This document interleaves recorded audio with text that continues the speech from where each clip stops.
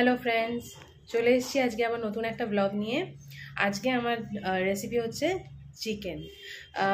তো চলো চিকেনের একটা মশলাদার বেশ রেসিপি হোক, যেটা কিনা ছুটির দিনে খেতে খুব ভালো লাগে। রুটি দিয়ে খাও কি ভাত দিয়ে খাও, দুটোই খুব ভালো লাগবে। ঠিক আছে, চলো কথা না বাড়িয়ে আমরা চলে যাই আমাদের ব্লগে। কিন্তু হ্যাঁ, তোমরা কিন্তু লাইক, শেয়ার অ্যান্ড সাবস্ক্রাইব করতে কিন্তু ভুলো না, ঠিক আছে? তা চলো আমরা মেন পার্টের দিকে এগোই। খুব সিম্পল ইনগ্রেডিয়েন্ট। আমার মাংস নিয়ে নিয়েছি, এখানে আলু কেটে নিয়েছি, আর এখানে যেরকম আমি তোমাদেরকে দেখিয়েছিলাম এর আগেও, আমার আগের ব্লগে বলেছিলাম, পেঁয়াজ, আদা, রসুন, টমেটো এটাকে পেস্ট করে এটার মধ্যে রাখা আছে। আর আমার মশলার মধ্যে রয়েছে হচ্ছে সাজিরা, ঠিক আছে, মরিচ, আর জানো এগুলো গরম মশলার ইয়েতে থাকে সবই, এগুলো আর আলাদা করে কিছু বলার নেই। তেজপাতা আমি নিয়ে নিয়েছি, একটা শুকনো লঙ্কা, স্টার অ্যানাইসের দুটো মানে ফুলের পাপড়ি নিয়েছি, আর এটা একটুখানি গরম মশলা নিয়েছি, একটা জয়িত্রী নিয়েছি একটুখানি জাস্ট ছিঁড়ে, এখানে নিয়েছি জায়ফলের গুঁড়ো। এই মশলাটা কিসের আছে তোমরা কমেন্টে জানিও, আশা করি তোমরা সবাই জানো বা জেনে বলতেও পারবে। এটা আছে গোলমরিচের গুঁড়ো, আর এটা হচ্ছে লবঙ্গ গুঁড়ো।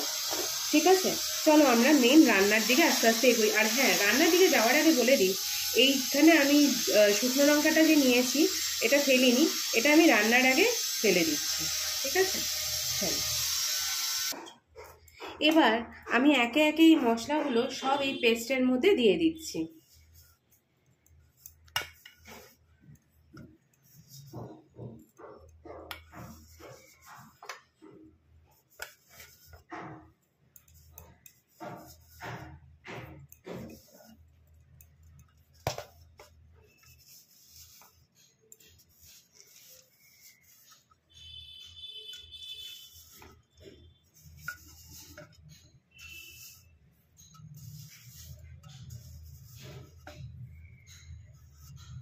আমি মশলাগুলো সমস্ত একে একে দিয়ে দিলাম। এবার আমি এখানে এই শুকনো লঙ্কাটা একটু চিড়ে রাখছি, আর আমার সাঁড়াশি দিয়ে আমি এগুলোকে জাস্ট একবার করে একটু চিপে রাখছি।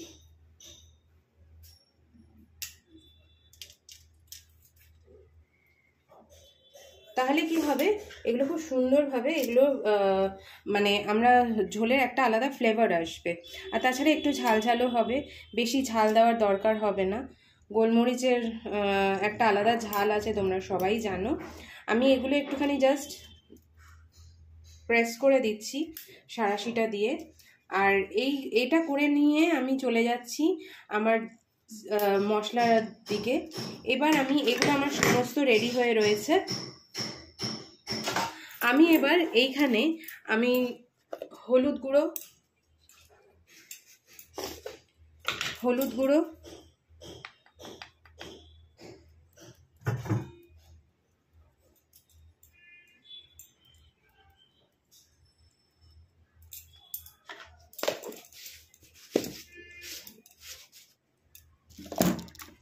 আমি আগের ব্লগে বলেছিলাম যে আমরা জিরে গুঁড়ো বাড়িতে তৈরি করি, কেননা আমি বাজার থেকে কিনে আনা জিরে গুঁড়োটা খুব একটা ইউজ করি না। জিরে গুঁড়ো দিয়ে দিলাম,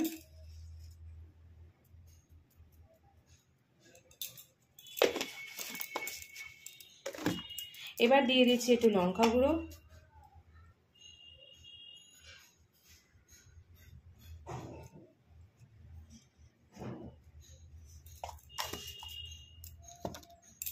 আমার এর মধ্যে সমস্ত মশলা কিন্তু দেওয়া হয়ে গেছে।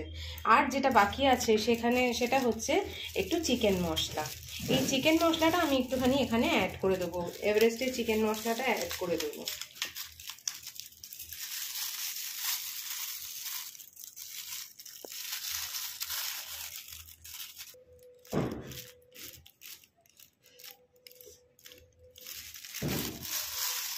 এবার দিয়ে দিচ্ছি একটু জিঞ্জার অ্যান্ড গার্লিক পেস্ট।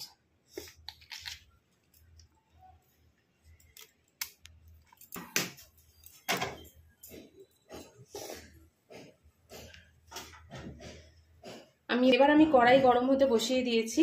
কড়াইটা গরম হয়ে গেলে আমি এই আলু কেটে রেখেছি, এই আলুটা আমি এক এক করে এবার গরম হয়ে গেলে আমি তেল দেব, সেই তেলে আমি এই আলুটা ছেড়ে দেব। তার আগে যে মশলাগুলো রয়েছে তেলে দেওয়ার জন্য সেগুলো আমি দেব। আর একটা জিনিস যেটা তোমাদেরকে বলিনি আমি, সেটা হচ্ছে চিনি। এইটুকু চিনি আমি তেলের মধ্যে দিয়ে দেব, যাতে কিনা একটা সুন্দর রং আসে। এখন আমি এই একসাথেই সব দিচ্ছি, রাখছি। দেখো চিনিটা কিন্তু একদম আমি অল্পই দিচ্ছি, চিনি কিন্তু আমি বেশি দিচ্ছি না, ঠিক আছে? আমার তেল কিন্তু গরম হয়ে এসেছে। এবার আমি যেটা করব সেটা হচ্ছে আমি আগে আলুগুলো ছেড়ে দেব গরম তেলের মধ্যে। আলুগুলো যেই একটু ফ্রাই হয়ে আসবে তখন আমি একে একে এগুলো ছেড়ে দেবো।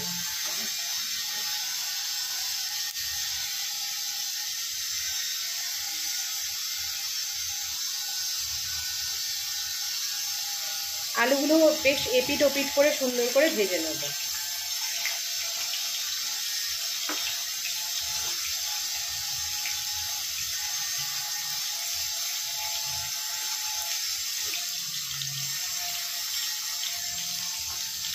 আর এখানে আমি যে সিক্রেট সব দিয়েছিলাম যে মানে করার আগে এগুলো দেব, এগুলো কিন্তু আমি এরপরে আলুটা থাকবে, আমি জাস্ট একটু সাইড করে এগুলো সমস্ত আমি দিয়ে নেব। আমার আলুগুলো মোটামুটি প্রায় ভাজা হয়ে গেছে। এবার আমি এটাকে সাইড করে, আমি সিমে রেখেছিলাম, আমি এটাকে আরো বাড়িয়ে দিচ্ছি, দিয়ে আমি এটাকে একটু সাইড করে নিচ্ছি। নিয়ে আমার এই যে মশলাগুলো আমি রেডি করে রেখেছিলাম তেলে দেওয়ার জন্য, এগুলো কিন্তু আমি সমস্তটা তেলের মধ্যে দিয়ে দেব।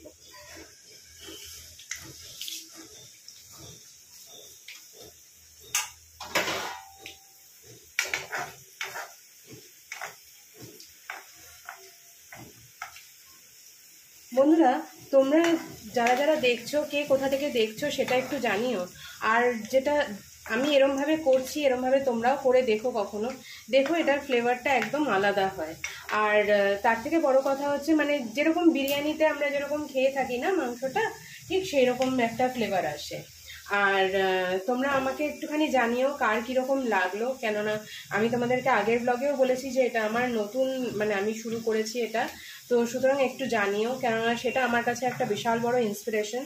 হ্যাঁ, আর তার থেকে বড় কথা হচ্ছে যে এটা যেটা করছি তোমরা এরকমভাবে কে কে করেছো, আর মানে কে কে কে এই জিনিসটা মানে আগে করেছো আর কি, আর আমার দেখানোর পরে কে কে করেছো সেটা আমাকে একটুখানি জানিও, ওকে?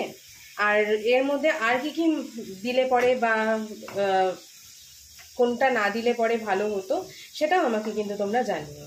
হতেই পারে যে আমি হয়তো বেশি কিছু দিয়ে ফেলেছি, তো সেটা তোমরা আমাকে একটুখানি জানিও যে এটা না দিলেও হতো, এরকম তো হতেই পারে। তো সুতরাং তোমরা আমাকে একটুখানি জানিও। এবার আমার যে মশলাগুলো আমি রেডি করে রেখেছিলাম, আলাদা আলাদা করে না রেখে আমি যেটা রেডি করে রেখেছি সেটা আমি কিন্তু একবারে দিয়ে দেবো।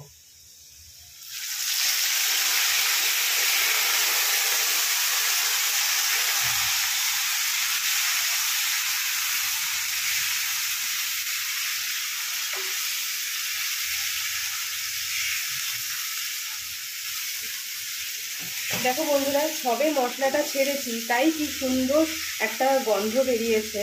যদিও তোমরা দেখছো, তোমরা বুঝতে পারছো না হয়তো ওপার থেকে, কিন্তু আমি ফিল করতে পারছি খুব সুন্দর একটা গন্ধ বেরিয়েছে। কিন্তু হ্যাঁ, মশলাতে যেহেতু লঙ্কার গুঁড়োটা ছিল, ওটার জন্য একটা তোমার যেরকম হয় একটা চোকিং হ্যাজার্ড, তো সেইটা একটু হচ্ছে।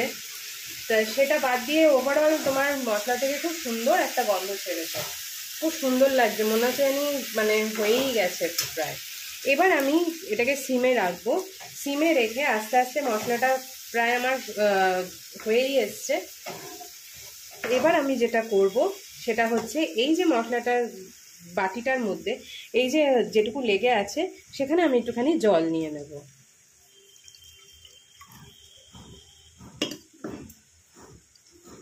আর এবার আরেকটা যেটা করার আছে, এই মাংসটা আমি এর মধ্যে দিয়ে দেবো যাতে এটা একটুখানি কষিয়ে নিতে পারি।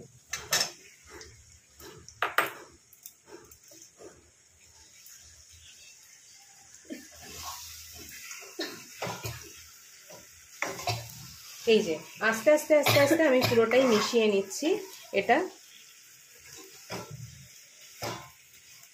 এবার এটা মেশানো হয়ে গেলে আমি আস্তে আস্তে কি করব না জলটা দিয়ে দেবো, যে জলটা আমি এই বাটিটার মধ্যে রেখেছিলাম সেই জলটা আমি দিয়ে দেবো। আমার আলু কিন্তু এখনই প্রায় সেদ্ধ হয়ে এসেছে, ওই যে আগে ভেজে নিয়েছিলাম না, সেই জন্য কিন্তু এখনই আমার আলুটা প্রায় মোটামুটি হয়ে এসছে। তো আশা করি আর বেশিক্ষণ লাগবে না। আমি সিম থেকে আবার বাড়িয়ে দিলাম আঁচটা, বাড়িয়ে দিয়ে আমি আস্তে আস্তে এটার মধ্যেই জলটা দিয়ে দিচ্ছি। দেখো আমার মশলা থেকে কিন্তু অলরেডি তেল ছেড়ে গেছে।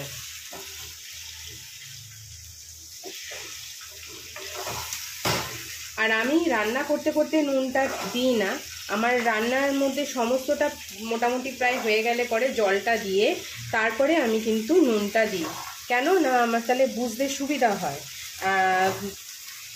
দেখো তোমাদের কেমন মানে তোমরা এটা করে দেখো তোমাদের কেমন লাগলো আমাকে সেটা জানাবে।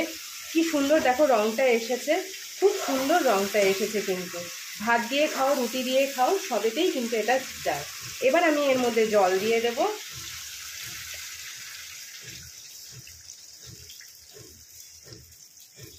অনেকে হয়তো বলবে না মশলাটা ভাজা হয়নি, না মশলাটা আমার ভাজা হয়েই গেছে। তোমরা একবার এরমভাবে করে দেখো, তাহলে তোমরা বুঝতে পারবে।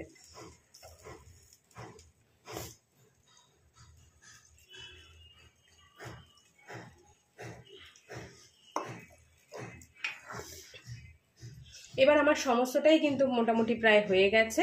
এবার আমি যে জিনিসটা করব সেটা হচ্ছে এর মধ্যে নুনটা দিয়ে দেবো। তোমরাও তোমাদের স্বাদ মতন নুনটুকু দিয়ে নেবে, তারপরে এটাকে ফুটতে দেবে।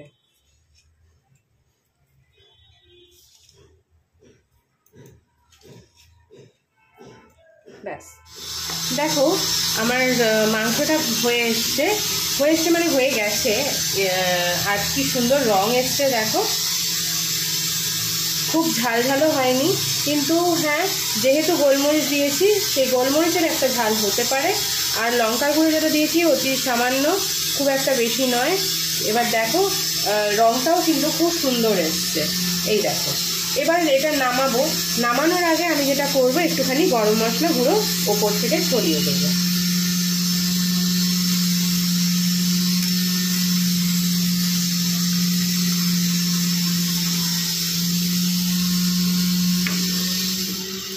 তোমরা এইভাবে করে দেখো, আশা করি তোমাদেরও ভালো লাগবে। তোমাদের কেমন লাগলো এই পুরো রেসিপিটা তোমরা আমাকে জানিও, অবশ্যই কমেন্ট করো কিন্তু, হ্যাঁ। আর লাইক শেয়ার করতে কিন্তু ভুলো না, অবশ্যই সাবস্ক্রিপশন এটা কিন্তু মাস্ট। কেন বলো তো, আমার এগিয়ে চলার পথে তোমরাই কিন্তু আমাকে ইন্সপায়ার করতে পারবে। সুতরাং ওই সাবস্ক্রিপশন বাটনটা একটুখানি টিপে দিও, আর বেল আইকনটা, ঠিক আছে? নমস্কার, আজকের মতো এখানেই শেষ করছি। আশা করি পরের ব্লগে আরও ভালো কিছু নিয়ে আসতে পারবো। Stay tuned.